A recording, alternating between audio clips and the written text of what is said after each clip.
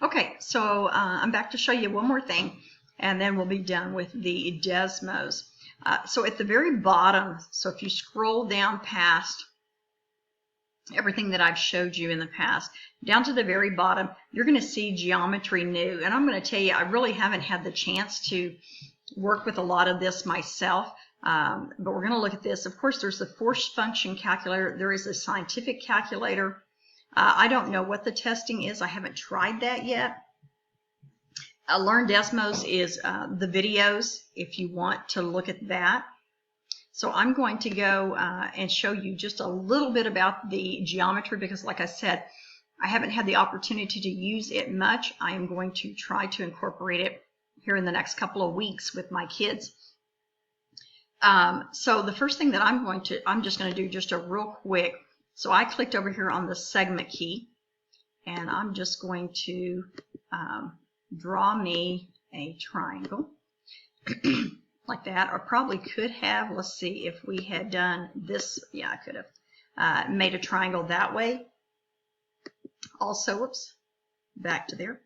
But like one of the things that my kids were talking about last week was the mid-segment, and I had them actually draw triangles and find the midpoint and come up with the mid-segment theory just by activities, hands-on activities, instead of telling them, let them come up with it.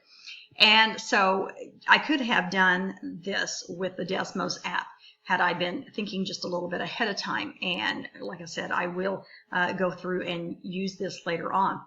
So one of the things that you can do, though, is there's my triangle. If you hit more tools, you have a compass, a midpoint, parallel lines, perpendicular lines. So I'm going to hit midpoint. And when I come over here to this line, and all I have to do is hover on it, it will automatically put a point on the midpoints. And then I can come back to my segment and draw in my segment. So maybe I want them to draw in their first segment and then ask them, is there anything that they realize or notice about the segment that we just drew, calling it the mid segment, and the base of our triangle. And hopefully by them looking at it, they could say, oh, well, it's parallel or not. And then, okay, and then we just need to click on our mid segment, and there is a button here, length.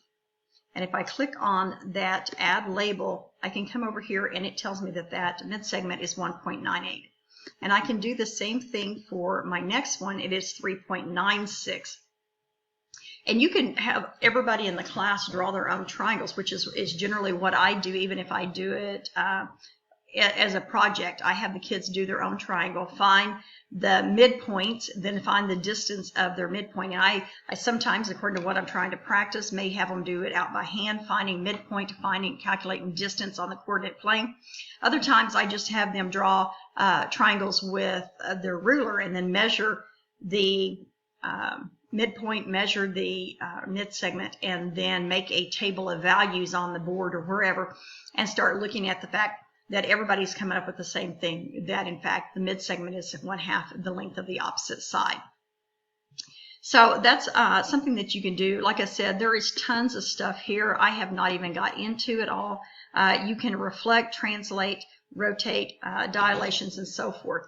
And personally, just in what I have used this, I find it to be a lot easier than if you've ever used the GeoGebra program. I struggle with it sometimes. I think it's a little bit too complicated for the kids, at least for mine. They lose focus, and they don't have enough patience to figure it out. Where just in the little bit that I've used the geometry one, it seems like it's familiar and the kids don't have any trouble using it. And again, as I progress, I plan on using this more and more in my course so that they can see that visual and that hands-on.